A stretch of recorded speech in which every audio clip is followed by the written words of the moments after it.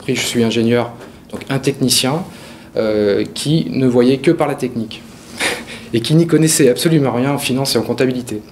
Donc l'objectif, c'était de développer des compétences, notamment, donc, vous l'avez bien compris, en finance, en comptabilité, mais en marketing, etc., pour pouvoir avoir une vision globale de l'entreprise et de son fonctionnement, voilà, c'est-à-dire avoir une approche holistique du fonctionnement de l'entreprise.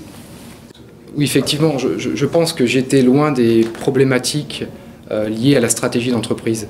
Maintenant, en tant que futur créateur d'entreprise, je dois faire face à des choix stratégiques, mais également opérationnels. Et cette formation m'a permis d'avoir les outils nécessaires pour pouvoir appréhender justement de manière pertinente ces choix stratégiques et opérationnels.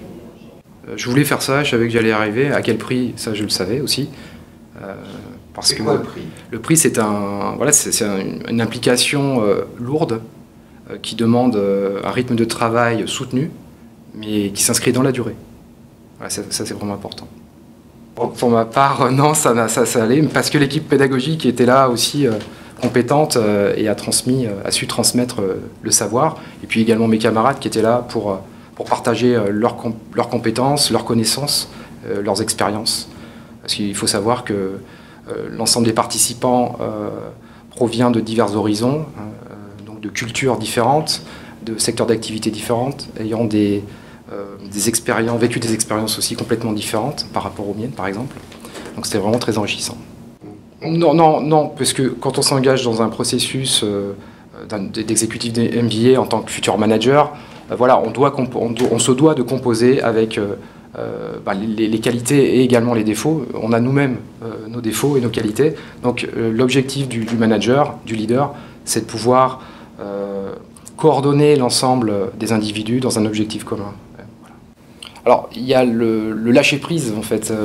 Vous avez le leader qui par nature va prendre le dessus, mais là, dans certaines conditions ou pour certains projets, eh bien, c'est peut-être intéressant de prendre du recul et puis peut-être laisser le camarade qui a besoin de travailler ce point-là, cette thématique-là, et justement de l'aider, lui faire part de son expérience, de ses compétences, et lui également a beaucoup à nous amener, à nous apporter.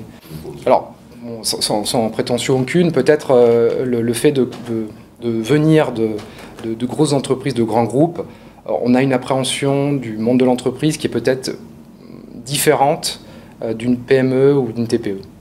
Dans ce sens-là, on peut venir apporter des connaissances, enfin une certaine expérience. Ce sont peut-être mes compétences en mathématiques, parce que des gens ne sont pas forcément tous ingénieurs et n'ont pas forcément toutes ces connaissances en mathématiques. Et bien là, quand les petits camarades avaient besoin d'un petit coup de main, notamment en finance et en comptabilité, ben voilà, on pouvait s'entraider. Voilà. Mais une fois, c'était moi, et puis l'autre fois, c'était un autre. Donc c'est vraiment l'esprit d'équipe qui domine.